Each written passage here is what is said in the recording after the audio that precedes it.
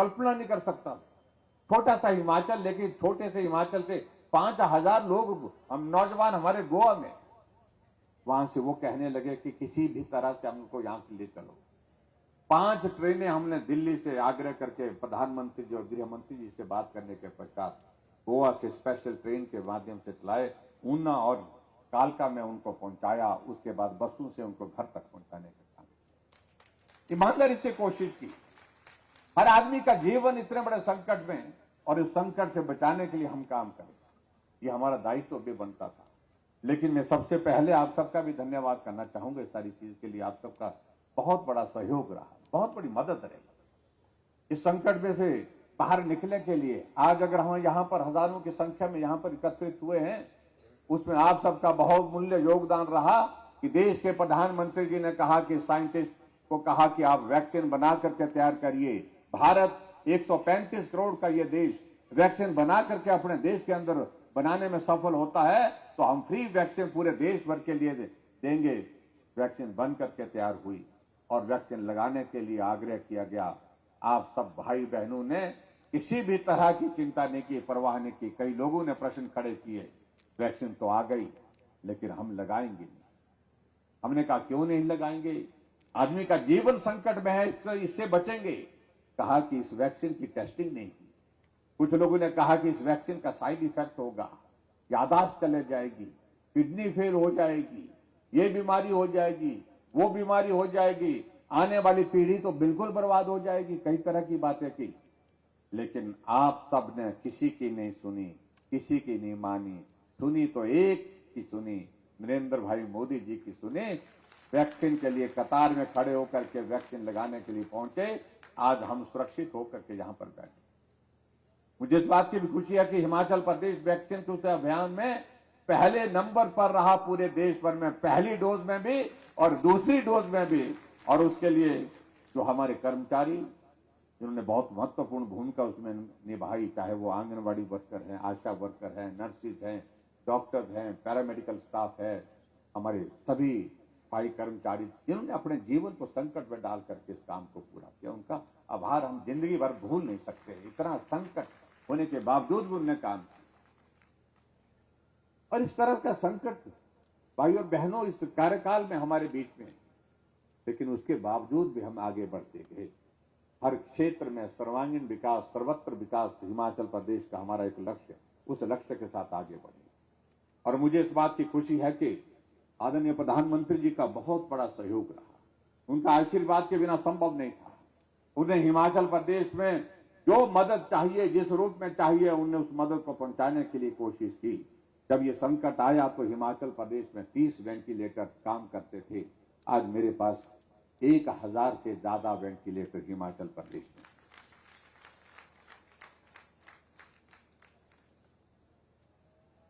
जब ये संकट आया तो उस वक्त हमारे हिमाचल प्रदेश में ऑक्सीजन प्लांट सिर्फ 2 थे, एक शिमला में था, एक टांडा में था, और जगह कहीं ऑक्सीजन प्लांट नहीं थे। लेकिन आज मेरे पास जो है लगभग 1100 के करीब जो है ऑक्सीजन प्लांट जो है हिमाचल प्रदेश में, पूरे हिमाचल प्रदेश में सब जगह। हम बहुत सारी चीजों का हम जिक्र कर सकते हैं, मैं उन सारी बातों में नहीं जाऊंगा। मुझे इस बात को लेकर के जहां आपका मैं आभार व्यक्त कर रहा हूं, वहां मैं हिमाचल प्रदेश के यशस्वी, हम अपने देश के यशस्वी प्रधानमंत्री जी का भी आभार व्यक्त करना चाहूंगा कि हिमाचल एक बार नहीं 7 बार आप 4.5 वर्ष के कार्यकाल में, पहली साल पूरी हुई तो धर्मशाला में आकर के उन्होंने हमें आशीर्वाद दिया। दूसरा साल पूरा होने से पहले ग्लोबल इन्वेस्टर मीट में धर्मशाला में फिर आना हुआ, यहां हमको शुभकामनाएं दी, अपना आशीर्वाद दिया। आज उस हम ग्लोबल इन्वेस्टर मीट के माध्यम से 40,000 करोड़ रुपए से ज्यादा की ग्राउंड ब्रेकिंग कर चुके हैं। हिमाचल छोटा प्रदेश, लेकिन आज से पहले जो बड़े बड़े अपने आप को कहते हैं, बहुत एक भाषा चली है आजकल, बड़े बड़े लोग नहीं कर पाए। बोलता वो जयराम तो क्या बोलते हैं, वो किस खेत की मूली है, ऐसा बोलते हैं मुझे। तो मैं इतना कहना चाह रहा हूं कि जो बड़े बड़े लोग होते हैं उनके प्रति मेरा सम्मान है, लेकिन कुछ काम छोटे लोग भी करते हैं, इस बात को भी हमको मानना चाहिए। इस बात को भी, आदमी को इतना छोटा भी मत मानिए कि भैया वो आदमी की श्रेणी में ही उसकी गिनती ना हो। कुछ लोग इस तरह के अपने आप को इतना बड़ा मानने लग पड़े हैं क्योंकि वो बड़े परिवार में पैदा हुए, वो बड़े परिवार में पाल पोस करके उनको बड़ा होने का सौभाग्य है। उन्हें ना गरीबी देखी, ना गरीबी को समझा, ना गरीबी को समझने की जरूरत महसूस की है। और मुझे इस बात का गर्व है कि मैंने मजदूर के घर में जन्म लेकर के गरीबी को समझा नहीं, उस गरीबी के दौर में से गुजर करके देखा है। इसलिए मुझे पीड़ा होती है, इसलिए मैं इस बात को समझ सकता हूं। हिमाचल प्रदेश में हम अगर आज बात कहते हैं, हम रिवाज बदलने की बात कह रहे हैं, तो रिवाज बदलने की बात आज नहीं कह रहा हूं। मैं पहले दिन से हिमाचल प्रदेश में रिवाज बदलने की बात कहता हूं, क्योंकि हमने हिमाचल प्रदेश में काम की संस्कृति को बदला है। जो देवभूमि हिमाचल प्रदेश की संस्कृति होनी चाहिए, उसके अनुरूप हिमाचल प्रदेश को आगे बढ़ाने का रास्ता हमने तय किया है। पहली कैबिनेट की बैठक में क्या होता था जब सरकार बदलती थी?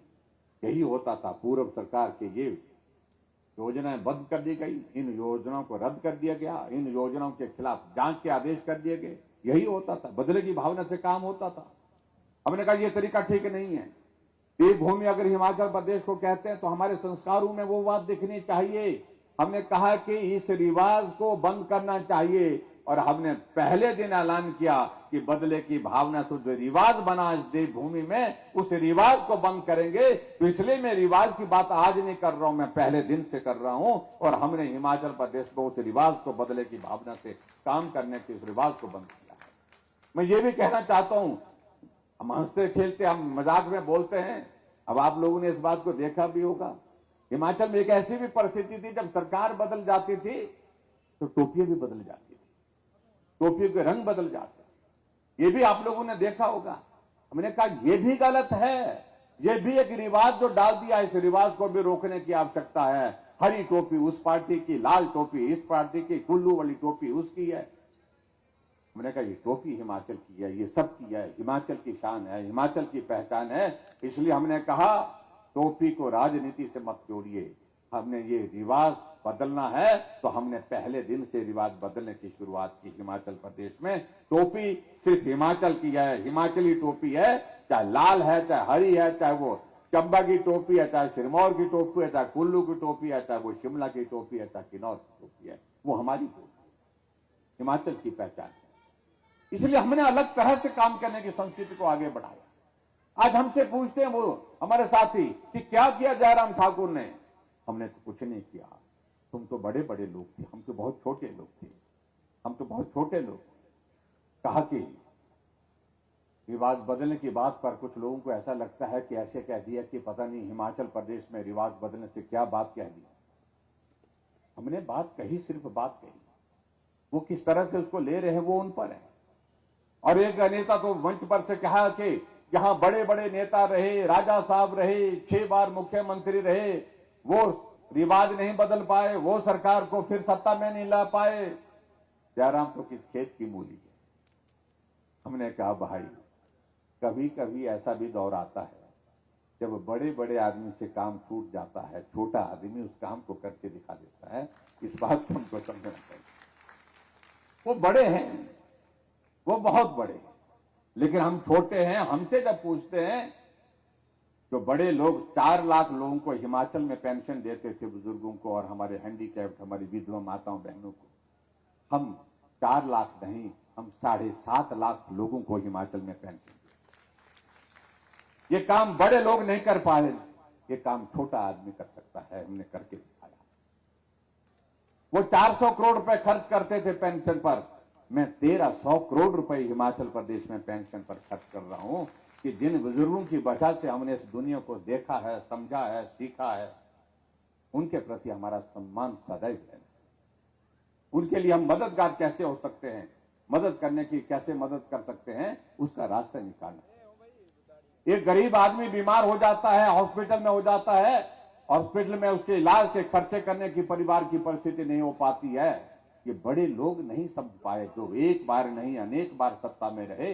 ये वो गरीब परिवार का, मजदूर का बेटा समझ पाया, जिसने इस बात के लिए कहा कि गरीब आदमी के इलाज की जिम्मेदारी हम लेंगे। हमने हिमकेयर योजना हिमाचल प्रदेश में शुरू की, 5 लाख रुपए तक उस गरीब का इलाज करने की जिम्मेदारी हमने सरकार की ओर से ली, क्योंकि वो बहुत बड़े थे। उन्हें इस बात को लेकर के ख्याल नहीं आया कि गरीब आदमी के लिए हमको कुछ सोचना चाहिए, जब बीमार हो जाए उसकी मदद कैसे हो सकती है। कोई योजना नहीं थी। इतने लंबे समय तक सत्ता में रहे, बार बार सत्ता में रहे वो लोग, लेकिन कोई गरीब आदमी बीमार हो जाए उसका इलाज कैसे होगा, इस बात को लेकर के सोचने का विषय उनका नहीं बन पाया, क्योंकि वो बहुत बड़े थे। और हमारा सोचने का विषय इसलिए बन पाया क्योंकि हम बहुत छोटे थे। ये अंतर है जिस अंतर को समझने और समझाने के लिए। हर घर में गैस का चूल्हा होना चाहिए। एक अमीर आदमी, एक साधन संपन्न आदमी इस बात के लिए वो उसके पास धन पर्याप्त है, वो गैस का चूल्हा खरीद करके घर में लगा लेता है। लेकिन गरीब परिवार अपने मन को इस बात को लेकर के महसूस करके बैठ जाते हैं कि काश मेरे घर में भी गैस का चूल्हा हो। आदरणीय प्रधानमंत्री जी ने पूरे देश के लिए उज्ज्वला योजना चलाई। 1,37,000 गैस के चूल्हे हिमाचल प्रदेश में हमारे बांटे गए।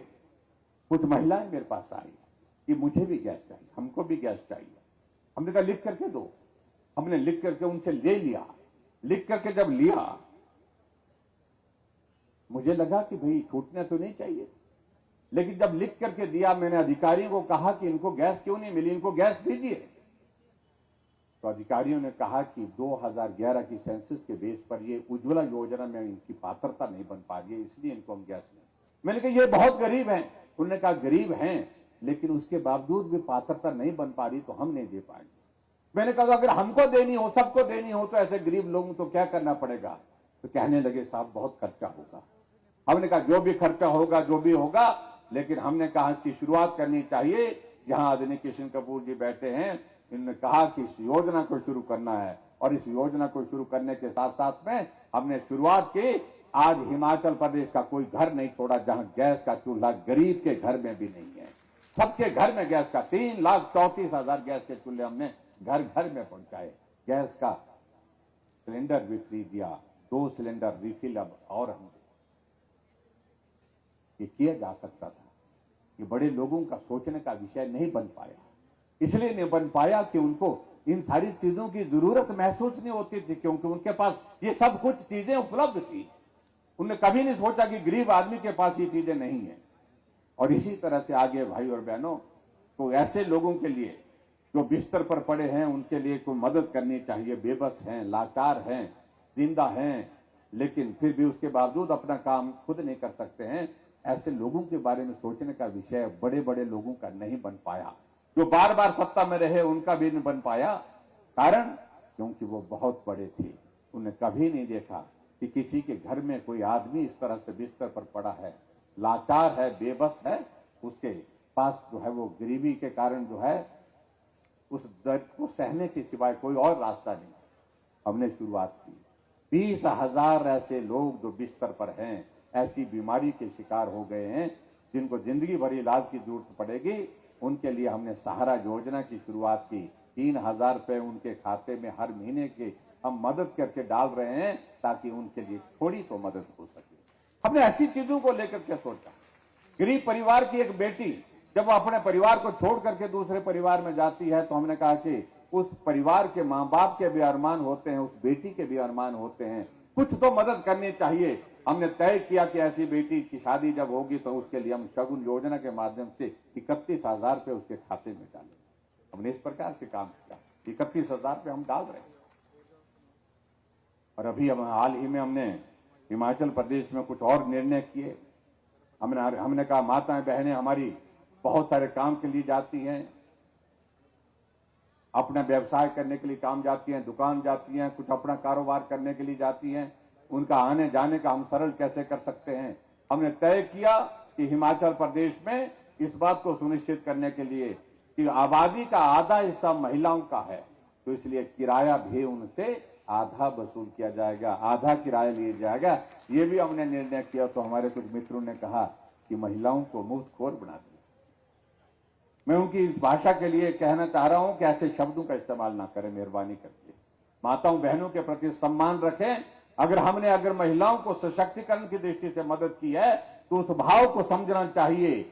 और आज मुझे इस बात को लेकर के बहुत सारी माताएं बहनें हमको मिली, जिनने कहा कि हम जाती हैं, आती हैं, अब हमारा जाने आने का जितना किराया लगता है, दो बार आने जाने का लगता है, पहले एक तरफ जाने का लगता था। तो मदद करने की हमने कोशिश की।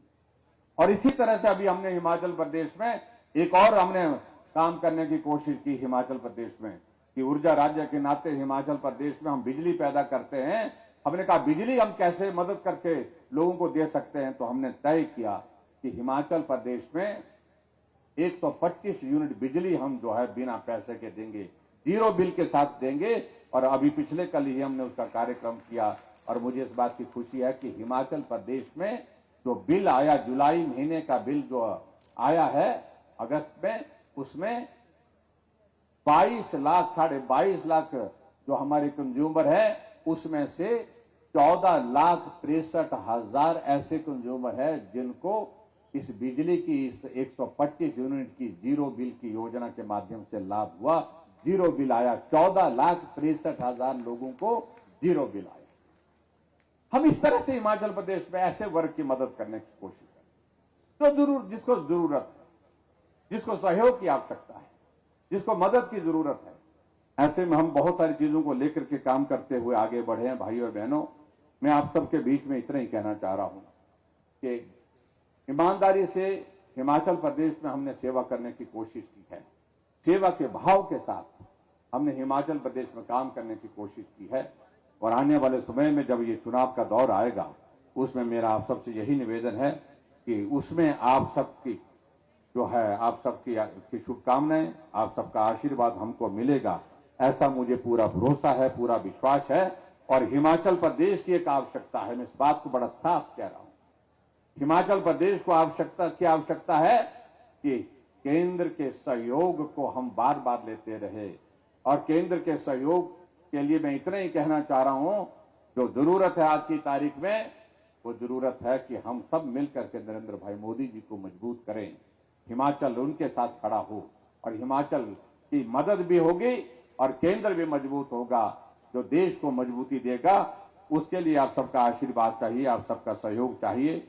मैं इतने ही कहना चाह रहा हूं आज के इस कार्यक्रम में।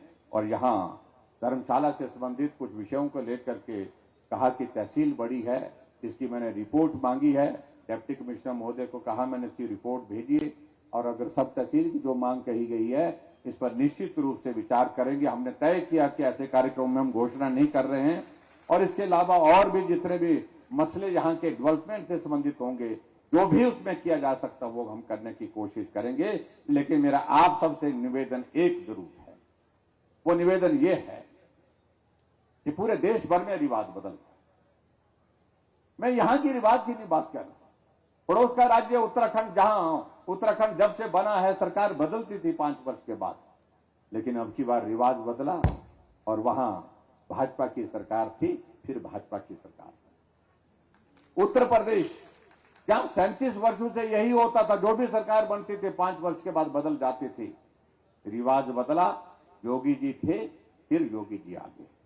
इसमें हमारा क्या कसूर है? हमारा पड़ोस का राज्य हरियाणा है, जहां सरकार बनती ही नहीं थी अपनी, लेकिन 2014 में सरकार बनी, मनोहर लाल जी मुख्यमंत्री बने, 2019 में फिर चुनाव हुए, 2019 में फिर वहां पर भाजपा की सरकार मनोहर लाल जी के नेतृत्व में चल रही है। रिवाज बदला है भाई। मणिपुर में, गोवा में, जब पूरे देश भर में रिवाज बदल गया, तो रिवाज हिमाचल में भी बदलना चाहिए। और ये अब की बार मुझे लगता है कि बदल करके छोड़ना चाहिए। हम इसका जिम्मा लें, ये काम करें। और हिमाचल प्रदेश में हम जब रिवाज बदलने की बात कहते हैं, वो कहते हैं कि बड़े बड़े लोग नहीं कर पाए हैं। मैं यही कहना चाह रहा हूं कि बड़े लोग होंगे, वो बहुत बड़े होंगे, लेकिन कुछ काम छोटे लोगों के जिम्मे भी होंगे। तो शायद भगवान ने यही चाहा है, ईश्वर ने यही चाहा है, ये काम छोटे आदमी के हाथ में देंगे, छोटे लोगों के हाथों से हम करवाएंगे। और हिमाचल की जनता जनार्दन के आशीर्वाद से इस काम को हम पूरा करेंगे, ऐसा मुझे पूरा भरोसा है, पूरा विश्वास है। आदरणीय प्रधानमंत्री जी के कार्यक्रम आने वाले समय में फिर से बनेंगे और हिमाचल प्रदेश में आकर के आप सबको वो संबोधित करेंगे। मैं इतना ही कहना चाह रहा हूं, आओ मिलकर के आगे बढ़ें और मिलकर के हिमाचल प्रदेश के विकास के लिए नई एक गाथा गाने के लिए हम सब लोग एकजुट होकर के काम करें। उसके लिए आप सबका बहुत बड़ा सहयोग चाहिए, बहुत बड़ा आशीर्वाद आपका जो सदैव मिला है, उसको आप कायम रखें। और हिमाचल प्रदेश में यही मैं कहना चाह रहा हूं कि एक दौर जो मिला उसमें कोविड बीच में आ गया, लेकिन एक दौर ऐसा चाहिए जहां बीच में कुछ नहीं चाहिए, आप होने चाहिए, हम होने चाहिए, और कोविड नहीं, कुछ और नहीं, कुछ और चीज बर्दाश्त के लायक ही नहीं है, कुछ और चीज होनी भी नहीं चाहिए। ऐसी परिस्थिति हिमाचल प्रदेश में एक बार होनी चाहिए। बाकी सभी मुख्यमंत्री को सामान्य परिस्थिति में काम करने का सौभाग्य प्राप्त हुआ है, और एक बार ये सौभाग्य हमें भी प्राप्त हो आप सबके आशीर्वाद से, इसके लिए मैं आप सबसे प्रार्थना करता हूं। इतनी बात कहते हुए आप सबका बहुत बहुत धन्यवाद। हम देरी हो गए, लेकिन मैं क्षमा चाहूंगा, लेकिन देरी की वजह मैंने आपको बता दी। आने वाले समय में हम मिलेंगे, मिलकर के बात करेंगे। बहुत बहुत धन्यवाद। नमस्कार, जय हिंद।